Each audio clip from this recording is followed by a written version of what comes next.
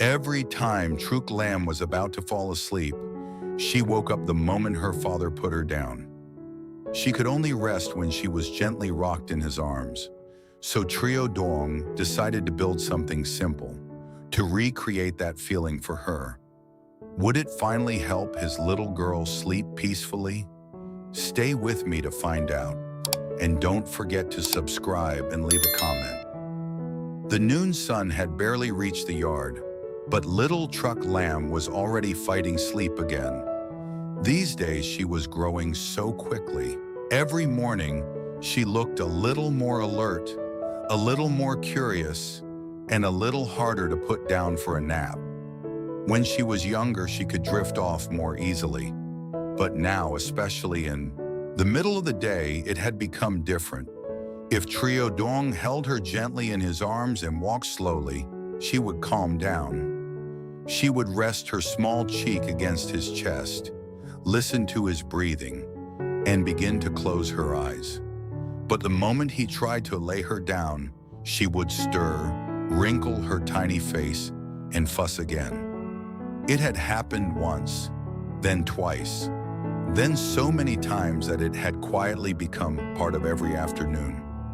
That day was no different. Trieu Duong stood in the shade near the house, holding Truc Lam carefully against his shoulder. One hand supported her back while the other patted her softly, steady and slow. She was tired. He could see it in the way her eyelids drooped, and the way her little fingers opened and closed against his shirt. But even with all that sleepiness, she just could not settle fully. He rocked her from side to side, whispering softly as though the gentleness of his voice itself could carry her into sleep. For a moment she quieted down. Her breathing slowed, her body softened, so he carefully lowered her, hoping maybe this time she would stay asleep. But before he could even pull his hands away, Truc Lam began to squirm. Her mouth trembled. Then came the familiar little cry, not loud, not angry, just tired and uncomfortable, like she was asking him not to let go yet. Trieu Duong lifted her again right away. There, he murmured, touching his cheek lightly to her head. Daddy's here. He did not show frustration. He did not rush. He simply held her a little closer and continued walking, step by step, as if this was the most important work in the world. And to him it was. As he looked down at her, he began thinking more seriously about what he had noticed over the past several days. Truc Lam was changing. She needed more comfort now, more rhythm, more security when sleep came. Maybe her body wanted movement. Maybe the stillness of the bed no longer felt soothing enough during the heat of the day. She seemed to relax most when she was being cradled and gently swayed. That thought stayed with him. He looked around the simple yard thinking quietly, measuring ideas in his mind. If she needed a soft, steady motion to sleep, then maybe he could make something for her, something small, something safe, something low to the ground so even if she rolled or stirred, she would still be protected. A little hammock, not too high, not too loose, just enough to hold her comfortably, with gentle support around her small body. The more he thought about it, the more certain he became. If holding her in his arms helped her rest, then he would find a way to bring that same feeling into something he could make with his own hands. But first, the day still had other tasks waiting.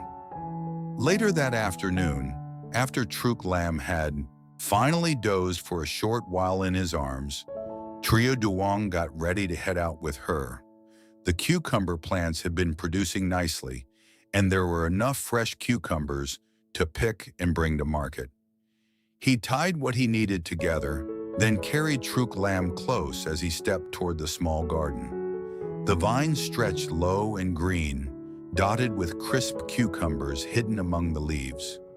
Trieu Duong crouched down carefully and reached beneath the stems, checking each one before picking it. He worked one-handed at times, keeping Truc Lam secure with the other.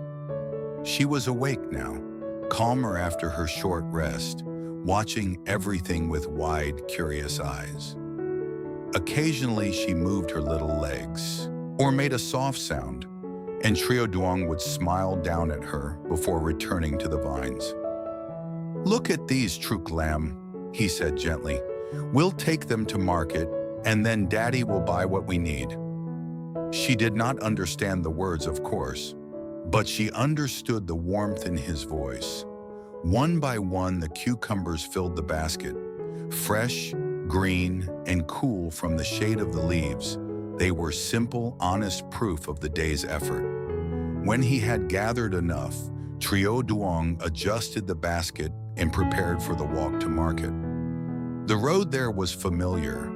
Dust rose lightly beneath his steps. The air was warm, and the sounds of everyday life drifted in from nearby homes and passing people. Truc Lam stayed close against him, tucked safely where she could feel his heartbeat. Every so often he looked down to check her face, shielding her gently from the sun with his body whenever the light grew harsher. At the market, he found a small place to sell the cucumbers. Customers came by slowly, some stopping to inspect the produce, others smiling at the sight of the baby resting against him. The cucumbers sold steadily, enough to bring in a little money for the next part of his plan.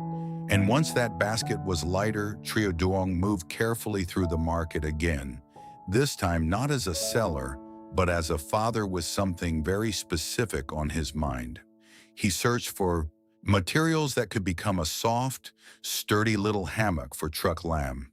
He needed cloth that felt gentle against a baby's skin, but strong enough to hold her securely. He needed rope that would be reliable, not rough, not weak. He needed pieces that could work together safely.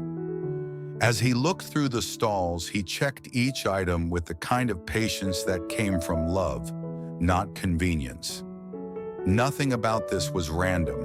He imagined the hammock already as he chose each material, the width, the support, the height from the ground, how the fabric would cradle her back, how the movement would be calm and small, just enough to comfort her without swinging too hard.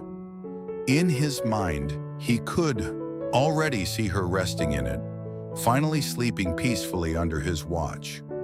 When he found a suitable length of cloth, he ran it through his fingers, testing the texture.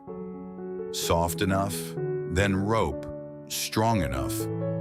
He added a few other simple supplies he thought he might need, careful not to spend more than necessary. By the time he finished, the sun had softened a little, and the market had begun to shift into its slower rhythm.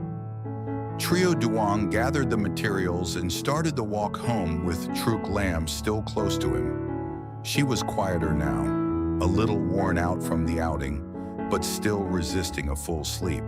He understood her. Some babies wanted stillness.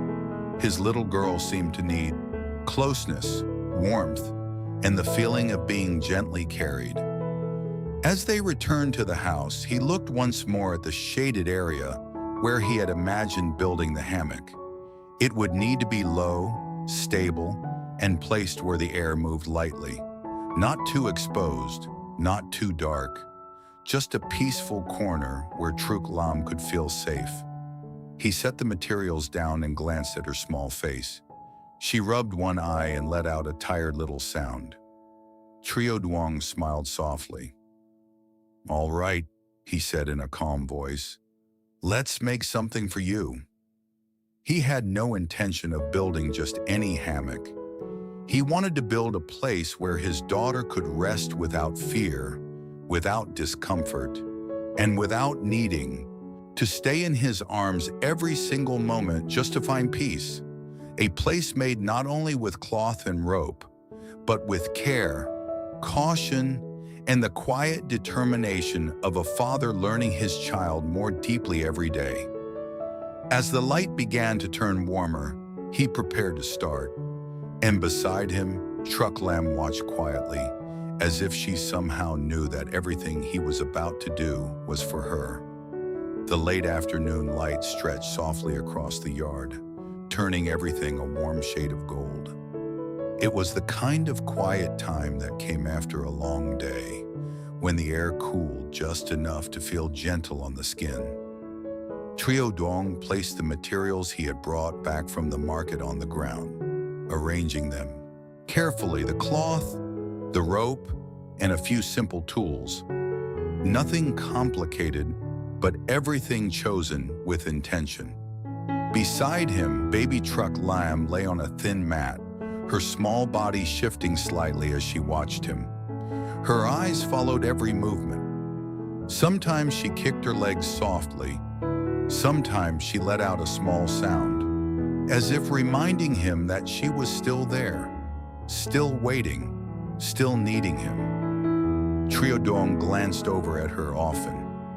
He never worked without checking on her. Before starting, he moved a little closer and adjusted the cloth under her, making sure she was comfortable. He gently brushed a strand of hair away from her forehead and let his fingers rest there for just a second, longer than needed. "Just a little while," he said softly. "Daddy's right here." She blinked slowly, her expression calm, but there was still that familiar trace of tiredness in her eyes, the kind that didn't fully turn into sleep. That was exactly why he was doing this. Trieu Duong stood up and began working. First, he measured the space between two low wooden supports near the shaded side of the house. He chose this spot carefully. It was protected from direct sunlight, but still open enough for air to pass through. He didn't want it too high. Everything needed to be close to the ground, safe, steady, and within his reach at all times. He took the rope and tested its strength again, pulling it tight between his hands. Then he secured one end firmly, wrapping and knotting it with practiced care. Not too loose, not too tight, just enough to hold steadily without slipping. Every movement was slow and deliberate. This was not just building, this was protecting. As he worked on the second side, Truc Lam began to fuss lightly. It wasn't a full cry yet, just a soft complaint, like she was telling him she was getting tired again. Trieu Duong stopped immediately. He walked over, crouched down, and lifted her gently into his arms. She settled against him almost instantly, her small body relaxing as soon as she felt his warmth. He didn't rush back to work. Instead, he stood there for a while, rocking her gently, letting her calm down completely. "It's okay," he whispered. "Daddy's here." Her tiny hand rested against his chest, gripping lightly onto his shirt. Her breathing slowed, her eyes softened again. For a moment, it looked like she might fall asleep. But then, just as before, the moment he slowed his movement, she stirred again. Trieu Duong gave a small, knowing smile. "Yes, I know," he said quietly. That gentle, continuous motion, that was what she needed. And that was exactly what he was trying to create. After she settled enough, he carefully laid her back down, staying close for a few seconds longer this time. His hand remained near her, lightly touching her arm, letting her feel that he hadn't gone far. Only when she seemed calm again did he return to the hammock. He spread the cloth out and folded it in a way that would create a soft cradle shape in the middle. Not flat like a bed, but curved just enough to hold her body securely. He tested it with his hands, pressing down gently to feel how it would support weight. Then he tied each end of the cloth to the rope, securing it tightly. Once both sides were attached, the small hammock began to take shape. It hung low, just above the ground. Stable, soft, simple. Trieu Duong stepped back slightly and looked at it for a moment, but he wasn't finished. He walked over again and pressed down in the center, testing how it moved. It swayed lightly, not too much, just a gentle motion, exactly what he had imagined. Still, he adjusted the knots again. He checked each side. He made sure nothing could loosen. Then, to be absolutely certain, he pressed down once more with both hands, adding a little more weight this time. The hammock held firm. Only then did he allow himself to feel satisfied. As the last light of the day softened even more, he turned toward Truc Lam. She was fussing again, more tired now than before. Trieu Duong walked over, lifted her carefully and held her close. He didn't rush this moment. He let her settle fully in his arms first, gently rocking her until her body softened once more. Then slowly he carried her toward the hammock. "This one is for you," he whispered. He lowered her carefully into the center of the cloth. At first, Truc Lam shifted slightly, her small face tightening just a little as she adjusted to the new feeling. It was different from his arms. For a second, it seemed like she might start crying again. But then, Trieu Duong placed one hand lightly on the edge of the hammock and gave it the gentlest push, back and forth, slow, steady. The movement was soft, almost like breathing. Truc Lam blinked. Her body paused, then relaxed. He continued the motion, never too fast, never too strong. Just enough to remind her of the feeling she loved. The feeling of being held, of being carried, of not being alone. Her tiny hands loosened. Her legs stopped moving. Her breathing became slower, deeper, more even. Trieu Duong stayed right there beside her. He didn't leave. He didn't step away.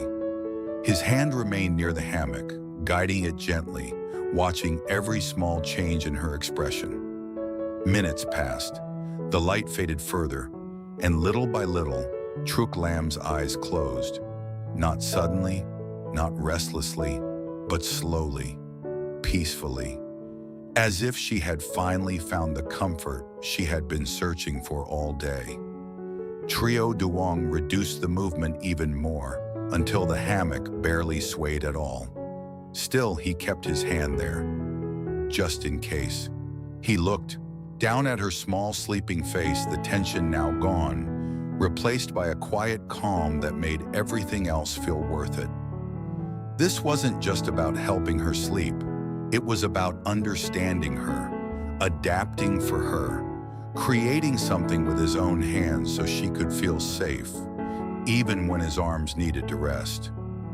As night began to settle in, the yard grew quieter, and in that small, simple hammock, his little girl slept soundly. For the first time that day, she didn't wake up when the movement slowed.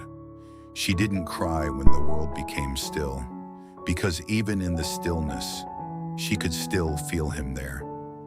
Trieu Duong notices that as Truc Lam grows, her naps become more difficult, especially during the day. She can only sleep when held and gently rocked in his arms, and wakes up the moment he puts her down. Wanting to help her rest better, he decides to build a small, safe hammock that can recreate that same soothing motion. He takes her with him to harvest cucumbers, sells them at the market, and carefully chooses soft cloth and strong rope for the hammock. Back home, he builds it step by step, always stopping to comfort her when she fusses. When it's finished, he gently places her inside and rocks her softly. This time she relaxes, closes her eyes, and finally falls into a deep, peaceful sleep.